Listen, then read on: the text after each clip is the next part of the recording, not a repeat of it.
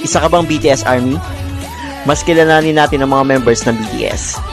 Si B ang last member din revealed ng BTS dahil alam nyo ba na aksidente lang ang pagsali niya dito dahil sinamahan niya lang kaibigan niya mag-audition pero napili siya para maging part nito. Nice! Si Jimin ang may pinakamaiksing training time sa kanilang lahat at muntik nang hindi makasama sa debut ng BTS. RM ang leader ng BTS at tumatayong haligi ng kanilang grupo. J-Hope, isa sa tinuturing na pinakamagaling sumayaw sa kanilang grupo at tinuturing na literal na Sunshine Angel. Si Suga ay sinasabing may pagka-introvert person, kaya na may misinterpret siya ng ibang tao. Pero pag mas nakilala mo siya, isa siyang sensitive at caring person. Nice. Si Jin ang pinakamatanda sa kanilang grupo at mahilig sa mga dad jokes at nilabeled as worldwide handsome. Nice. And lastly, Jungkook, ang pinakabata sa kanilang grupo at tinatawag nilang Golden Maknae. Ikaw, sino ang bias mo sa BTS? Follow me for more BTS content. Yeah! Isa ka rin ba sa mga naumaling sa larong Subway Surfers? Alam niyo ba na sa likod ng napakasayang larong ito, nakatago ang nakakalungkot at masalimuot na totoong kwento ng Subway Surfers. Ayon sa kwento, ang Subway Surfers ay nilikha ng isang mapagmahal na ama. Isang ama na may anak na may sakit na autism.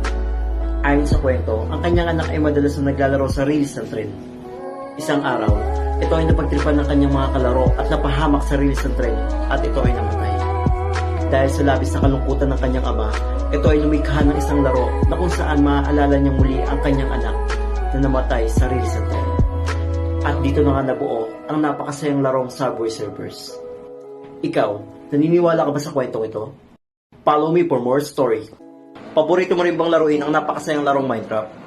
Alam mo ba na sa likod ng napakasayang larong ito, nakatago ang isang masalimuot at nakakalungkot na kwento ng Minecraft?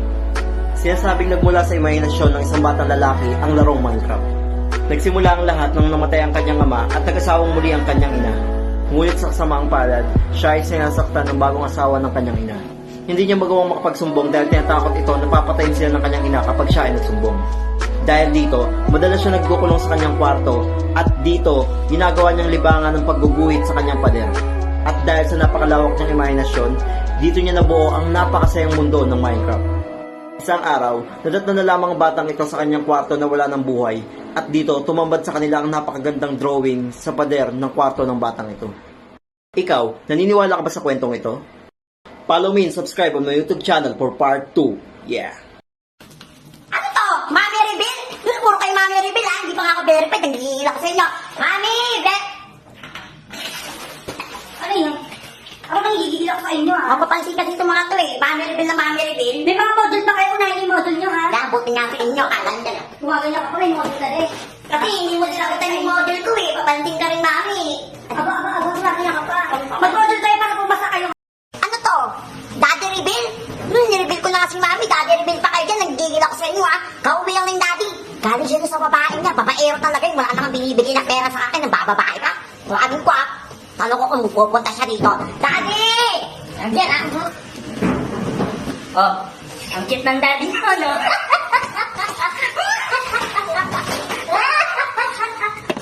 Hey guys, may pagkain si Dagulo. Ang dami niya pizza. Kakainin natin, huwag kayo maingay. Uy, sa akin yun eh. Sa akin to eh. Akin na. Sa akin to. Gugumbong kita kay Dada eh. Okay, ba't yun naman? Alam ko. Diba yung kinaman mo? Napangataro. Pinagpo ko daw. Ito kasi naman. Alam mo lang yun. Daddy ako. Kati naman ulo ko. Hala, nasaan na ako? Hala, hindi ako naka-white. Ay, hala, siguro langit na to. Ba't iba kasama ko ba na si Iron Man? Ay, napunta yun sa Inferno kasi bad siya. Ano siya, nawawala. Mabuti pa ako nasa langit. Hala, parang may angel ah. Hello po, angel ka? Hala, galing. Eh di mahilig ka sa Angel's Burger. Hala, hindi. Ba naman yan? May mga toys dito? Hala, wala. Hala, may chocolate dito. Hala, wala rin. Hala, paano ba to? Ayoko na dito. Balik mo na kay Mami. Dali na. Ayoko na. Hala, pakawal. Susumbong kita kay Mami. Bad ka. Alam mo dyan na. Mami. Hala na. Ano ba ta? Nasaan na ba ako? Hala, Inferno to ah. Masyado talaga tong angel na to. Tinanong ko lang naman kung mahilig siya sa Angel's Burger. Dinala na agad ako sa Inferno. Hindi naman ako bad eh. Ay, parang mandito si Iron Man. Iron Man! Ay, sabi ko na nga eh. Nandiyan ka lang pala eh. Bad ka kasi kaya inkwento eh. Hala, uy, demonyo yun ah. Ay, demonyo. Demonyo ka. Ay, totoo yan, sukay mo po. Ala, pati nga, ayoko na totoo. Pero, hala, bawal. Ano ba naman yan? May milk tea ka, no? Wala rin milk tea dito. Hindi kaya palang milk tea. Aircon. Wala rin. Diba? Pero maganda dito, masarap, mainit. Para kung nagsasunbaking. Dito na lang ako. Hala, bawal. Dito na lang ako dali na. Ayaw nila ako dun sa taas eh. Hala, bawal. Baya, tutumbo kita kay Mami Vodka. Wala ang ganyan.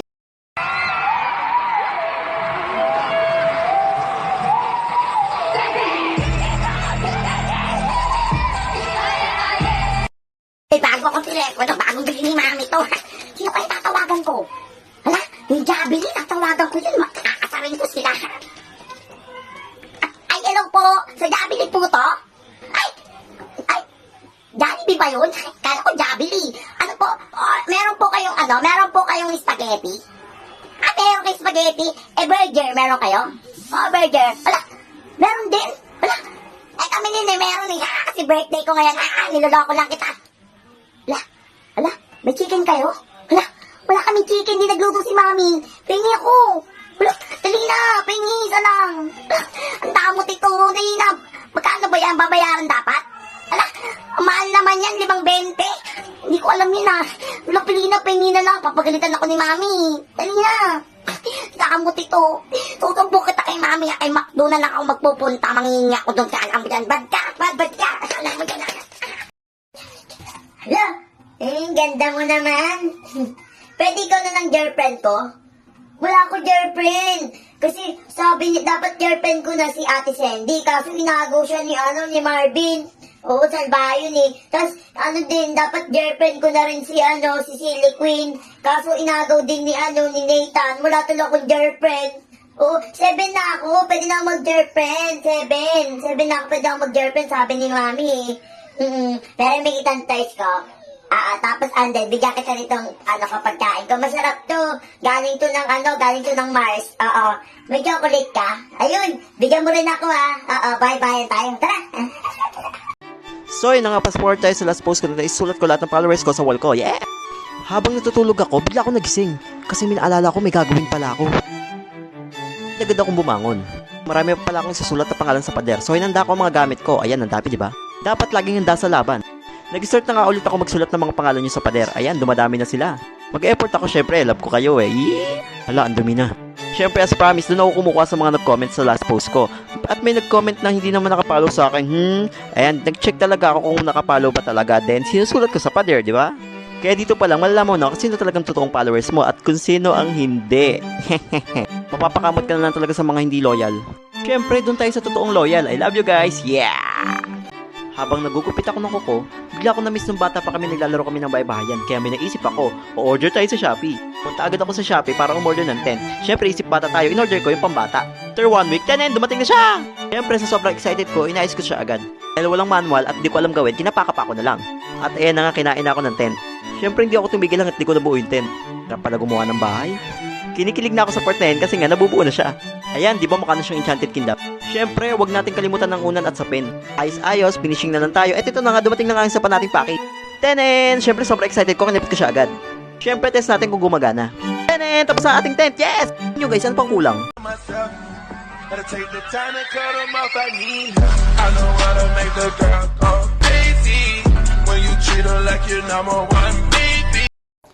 Bibigyan kitang 200. Tapos, bigyan mo rin ako ng 200. 400. Tapos, bibilang ko yan sa'yo ng 300. O, di ba? Parehas tayo kumita. Alright.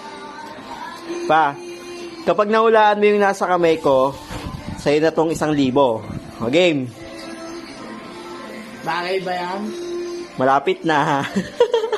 Pagkain ba yan? Malapit na. 1,000. Nagalaw ba yan?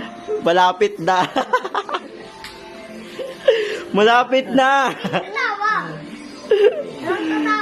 Nakakain ba yan? Malapit na. Akin na yan! Malapit na nga. Malapit ka lang makuha. Malapit na. Malapit na. Bumibili ba yan? Malapit. Ito, police. Ito bombero. Ito bingi. Sabi mo kung stop ha. Stop. Tapos tayo sa bombero. Police. Stop. Bingi. Stop. Stop. Ay. Bingi nga. Bingi nga. Paano nga ba kung magkaroon talaga ng zombie apocalypse? Tips or mga dapat gawin sakaling magkaroon ng zombie apocalypse. Mag-ipon ng food supplies at huwag kang matakaw para tumagal ka pa sa laban. Ihanda ang first aid kit at medical kit dahil wala ka na nga asang doktor at nurse dahil kinain na rin sila ng mga zombies. Pumunta ng ilog o dagat at sumakay sa bangka or barko dahil ang mga zombies ay hindi marunong lumangoy at make sure na may suot kang life vest dahil baka malunod ka rin. Pumunta sa building or matataas na lugar at mag-ingat ka at baka mahulog ka, patay kang bata ka. Maganda ng baril dahil hindi na mamatay mga zombies sa palo lang ng baseball bat. At siguro din marunong kang gumamit dahil baka ito pa ang kamatay mo. At ang pinakamatinding panlaban sa mga zombies ay ang dasal at pananampalataya sa Diyos. Magdasal ka. Ikaw, naniniwala ka ba sa zombie apocalypse? La, ate saan ka pupunta? Sana.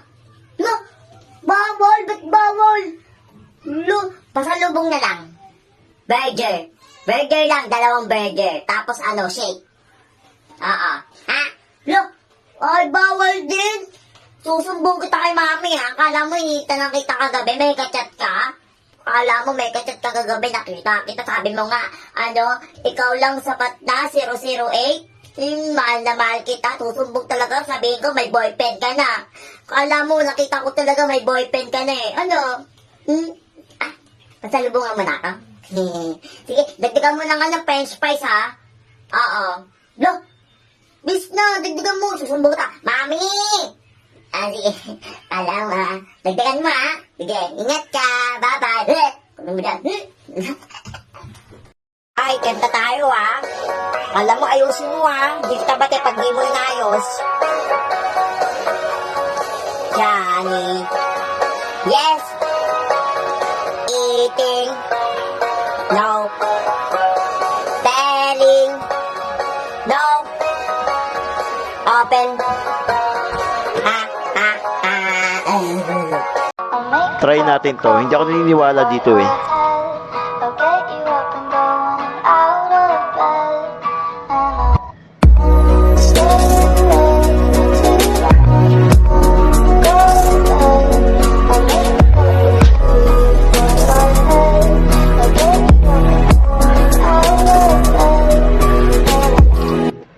Tay. Tuwan-tuwa ako sa duwit Dito nito. ako manangaling. Malaki bahay nito ha. Okay. Sama bahay ng aming bahay. Merry Christmas. Lo, tawad. Ang laki ng bahay niyo, tas tawad. Siyan nga lang bahay namin nung Sungit naman ni Kuya. Pambili mo ng chocolate. Oo, 1,000. Lo, Galing mo. sabi kaya ni Mami, 1,000 daw hinihingi pag nangangaroling. Pambili pa ng Ay, bigas 500 niyo. na lang. Pambilang candy. Bigas, ulam. Lo, tawad pa rin. Grabe naman to. Yun na nga. May aso kayo? Wala. May aso kayo? Nakakahabol ba yung aso nyo? Hindi, mabait yun. Oo. Diba itong batang to? Thank you. Thank you. Ang babarat ninyo. Thank you. Sungit! try to make you stay, but you're a savage love. There's somebody break your heart. Looking like an angel, but you're savage love. When you kiss